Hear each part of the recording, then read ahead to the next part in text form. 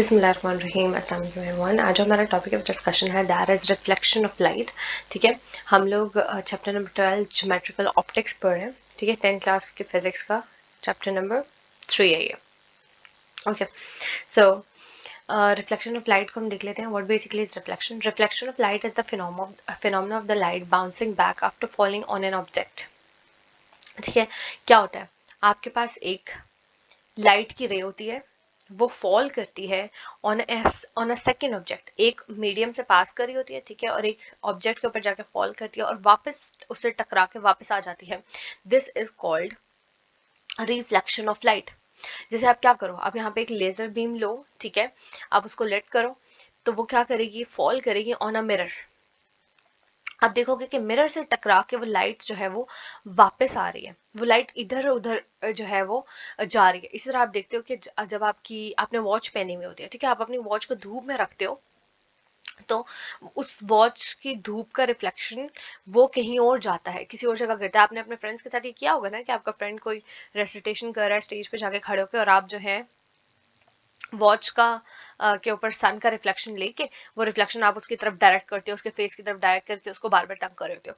तो वो कौन सा फिनोमेना था? वो रिफ्लेक्शन ऑफ लाइट का फिनोमेना था, जिसमें क्या होता है कि लाइट रे एक मीडियम से ट्रैवल करती हुई आती है, आके वो एक दूसरे मीडियम पे टकराती है और वापस अपने पहले मीडियम में पहुंच जाती है। ठीक है, this is called angle of this is called phenomena of reflection, जिसमें लाइट रेज क्या करती हैं, वो अपनी ओरिजिनल मीडियम में वापस आ जाती हैं। लाजमी नहीं है सारी की सारी लाइट रेज वापस आ जाए, कुछ एब्जॉर्ब भी हो सकती हैं, लेकिन क्या होती है दैट मैक्सिमम जो होती हैं वो वापस आ जाती हैं ऑन देयर फर्स्ट मीडियम। अच्छा, मैं मीडियम के बारे में बात कर रही हूँ, वो क्या है मीडियम के कोई भी, मैं आपको पिछली वीडियोस में साउंड वाली जो चैप्टर है उसमें बहुत डिटेल में एक्सप्लेन कर चुकी हूँ कि दैट वो यू नो ऐसी जगह जहां से लाइट या साउंड वगैरह या कोई भी एनर्जी ट्रैवल कर सके, कोई भी रे या वेव ट्रैवल कर सके, उसको मीडियम कहते हैं।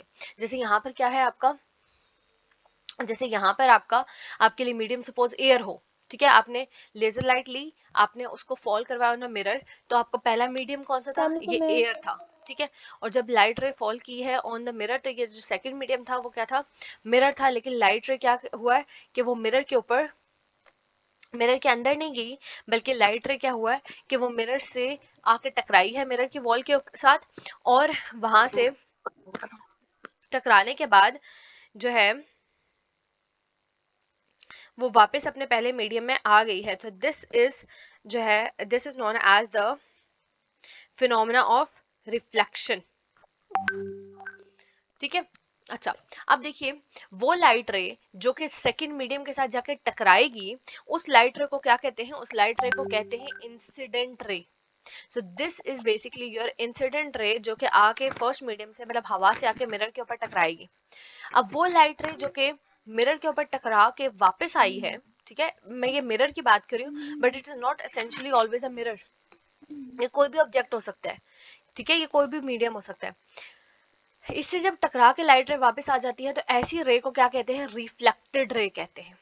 ओके, और जिस पॉइंट पे जाके उस ऑब्जेक्ट के साथ टकराती हैं ये रेज, ये इंसिडेंट रे, वो कहलाता है पॉइंट ऑफ इंसिडेंस। हम कहते हैं ना ये हादसे की जगह है, पॉइंट ऑफ एक्सीडेंट। तो ये जहां पे जाके ये लाइट रे, इंसिडेंट रे जाके टकराएगी ना उस मिरर के ऊपर, उस ऑब्जेक्ट के ऊपर, उसको क्या कहा जाएगा? उसको कहा जाएगा पॉइंट ऑफ इंसिडेंस। ठीक है, नाउ ये जो आपका बच्चे जो ऑब्जेक्ट होता है ना, जिसके ऊपर जाके जी ये हैं?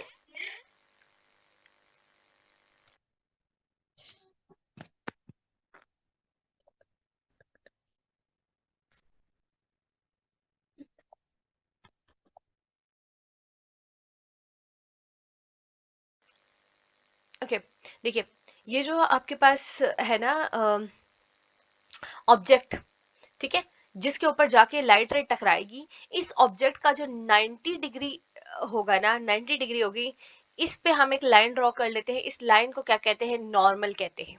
ठीक है, normal is the line drawn at right angle to the reflecting surface. ठीक है, ये जो सरफेस है जिससे रिफ्लेक्शन होगी, जिसकी वजह से, वो रिफ्लेक्टिंग सरफेस कहलाती है। ठीक है, at the point of incidence, ये लाइन हम कहाँ पे ड्रॉ करते हैं? At the point of incident.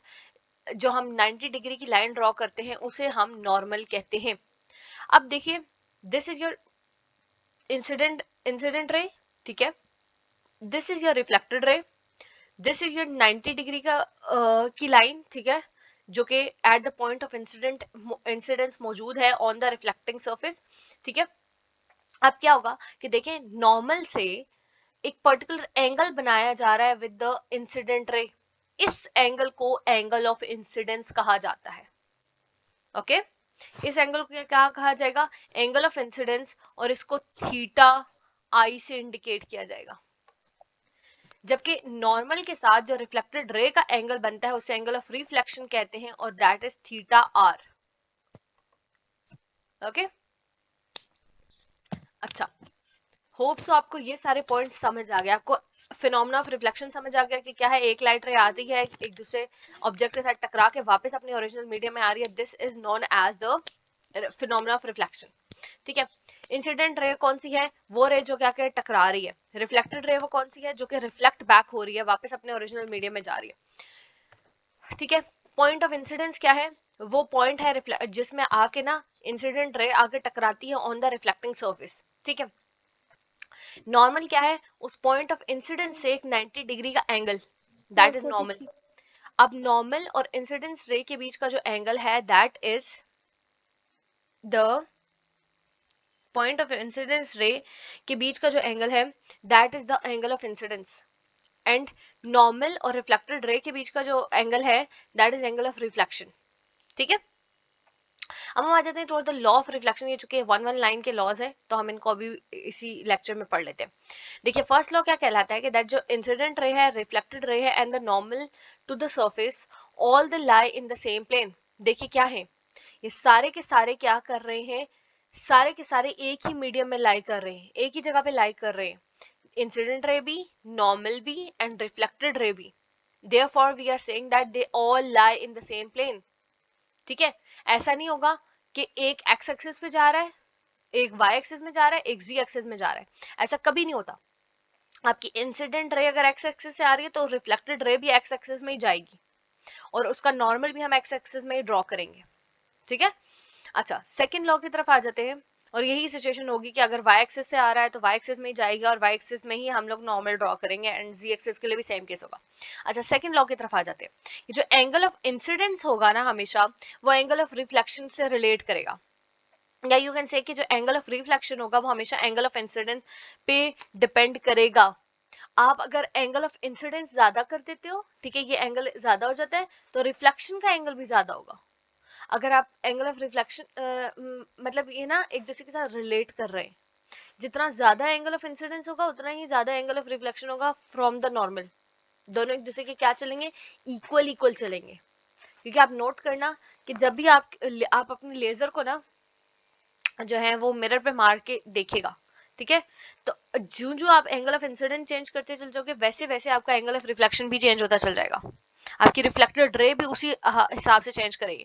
देखो, आप एक बॉल को एक दीवार पे मार रहे हो, ठीक है, बॉल को ऐसा लाइट कंसिडर करो, और दीवार जो है वो ऑब्जेक्ट है जिससे टकरा के वो वापस आएगा, रिफ्लेक्टिंग सरफेस है, ठीक है। तो आप बॉल को एक ही पॉइंट पे बार बार मारते चल जाओ, यानी एक ही उसका एंगल ऑफ इंसिडेंस रखो, उसका पॉइंट ऑफ इंसिडेंस भी सेम रखो, तो क्या होगा? वो बॉल जो है वो क्या होगा कि वो एक ही एंगल से रिफ्लेक्ट बैक भी करेगा। बट जो ही आप स्लाइटली उसका एंगल चेंज कर लेते हो, जैसे कि होता है जब आप क्रिकेट वगैरह खेलते हो, तो आप कहते हैं ना कि इस बॉलर ने जरा सा अपना एंगल चेंज किया है तो जो है वो छक्के चौके लगना शुरू किए, जरा सा एंगल चेंज किया तो विकेट ले लिया इसने, ठीक है। तो क्या होता है कि जरा सा एंगल चेंज करने से क्या हो जाएगा कि angle of incidence sorry incident ray का पॉइंट ऑफ इंसिडेंस चेंज हो जाएगा, ठीक है, जिसकी वजह से जो उसका रिफ्लेक्टेड सरफेस से रिफ्लेक्शन होगा वो भी चेंज होगा, और एंगल ऑफ रिफ्लेक्शन भी इस वजह से चेंज हो जाएगा। सो होप सो ये सारे पॉइंट्स आपको क्लियर हो गए हो। फिर भी कोई चीज जो नहीं समझ आ रही हो, आप मुझसे हमेशा पूछ सकते हैं।